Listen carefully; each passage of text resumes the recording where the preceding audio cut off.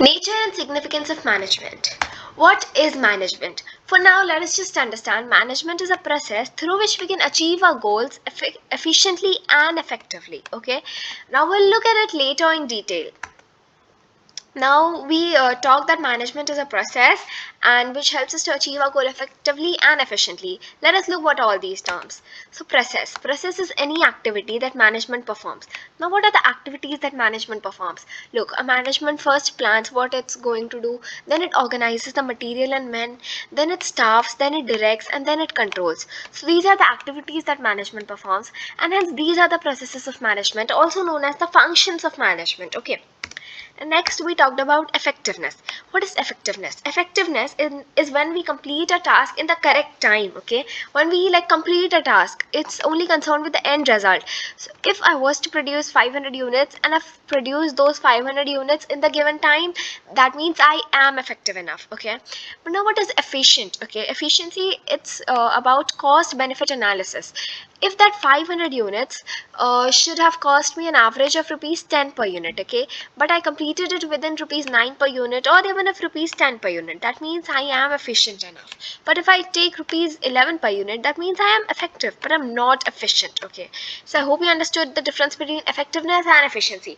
Effectiveness, it's about finishing the given task, and efficiency, it's about using less inputs and generating more output from those less inputs. Now let us look at the characteristics of management. First, it's a goal-oriented process. Goal-oriented means, look, every organization has its goal, okay, certain goals. Like that could be to maximize sales, to earn a revenue of this much rupees.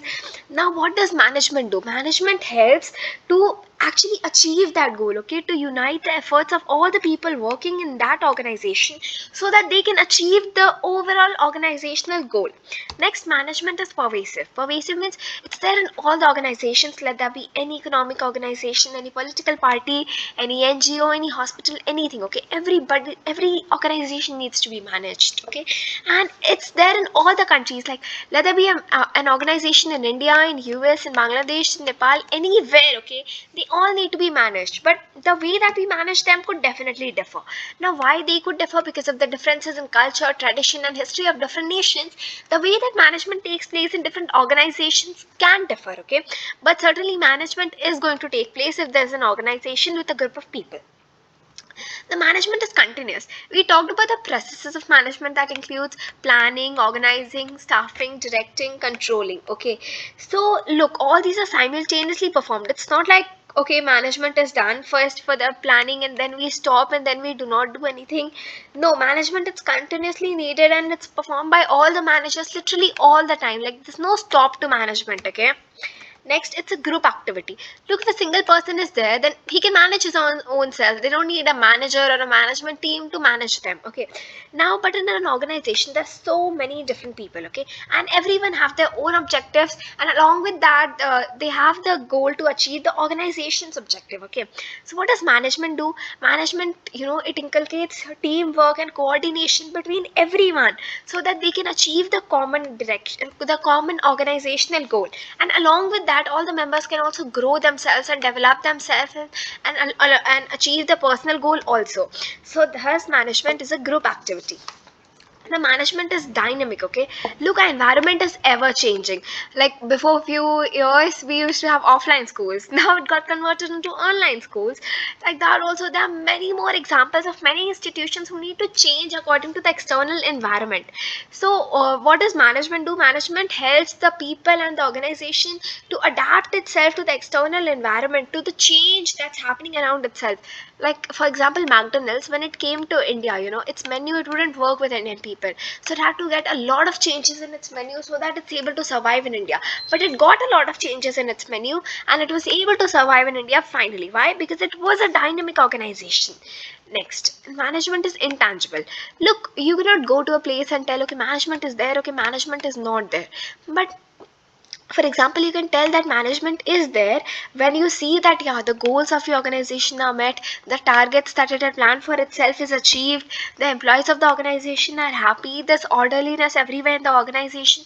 Then you can tell that yes, management is there. So basically you couldn't see management, but you can feel that, yeah, the presence of management.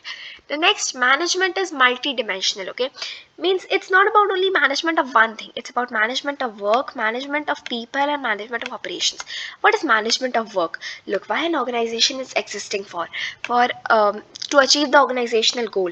So for that we have to plan how are we going to achieve it, we have to get a proper budget, then we have to give somebody the authority and the responsibility to complete that task. So when we do all those things, we are managing the work that we are basically going to do. So that is management of work. Next, management of people. Look, employees are the greatest asset of any organization, no matter how much of a technology driven we become, but employees are always going to be, the greatest asset.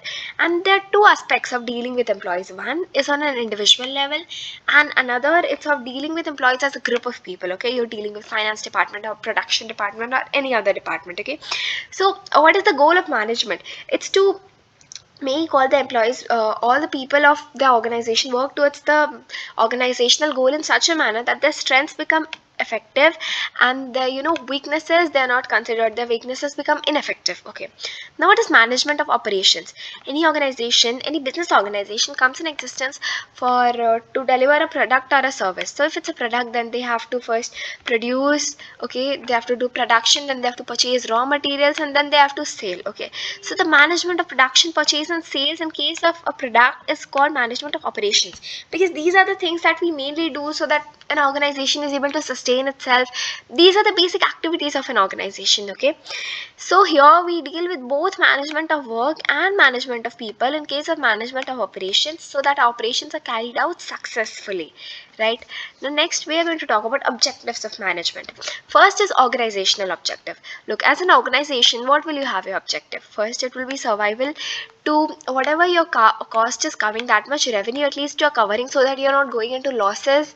So that is the first objective, that's survival, to cover the amount of revenue that we are spending. Okay, now next it's profit. After you're earning a revenue, you need a reason to work. If you'll not get profit, if you'll not get incentive for your work, why will you? If you're just getting that much, how much ever you're spending, why will you work in that field, right?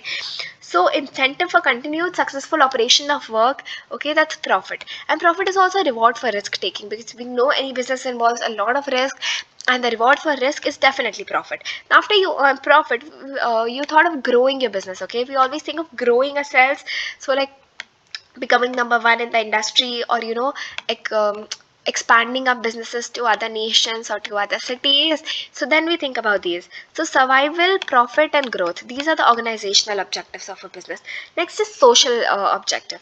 Look, we are living in a society, we take our raw materials from the society and we deliver our goods to the society. So definitely we have certain kind of restrictions. We have to do some things for the society, we have to do something beneficial for the society. So how can we create benefit for the society? It's by giving them good quality products and services. That itself is a social cause. Okay, now by using eco-friendly methods so that the environment is not polluted, by giving employment opportunities to the disadvantaged section of our society, by providing schools to the children of employees. So these are the things that we can do socially. Okay, the next is personal objective. Personal objective is completely related to employees. Okay, so our employees, we need to give them, they have financial needs, they have social needs, and they have some higher level needs. Okay, what are financial needs? Financial needs, it's like you're giving them competitive salary, a good amount of salary, so that they can produce, so that they can buy everything, the basic necessities of their life, they can afford that. Then social needs, it's that you're giving them respect, they're getting peer recognition. Okay, these are the social needs that they need to feel respected. The higher needs, it's that your employees also need personal growth and development, so that they can also benefit themselves along with benefiting the organizational in total. Next, we are going to talk about importance of management.